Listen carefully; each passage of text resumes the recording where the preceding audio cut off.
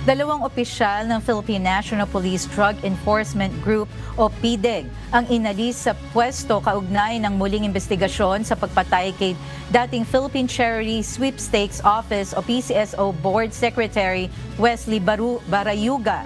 Si Lieutenant Colonel Santi Mendoza at Colonel Hector Grijaldo ay inilagay sa restrictive custody habang tinutukoy kung may kapabayaan o cover-up sa unang investigasyon. Pangungunahan ng Criminal Investigation and Detection Group o CIDG ang muling investigasyon sa kaso upang masigurong patas at komprehensibo ang proseso.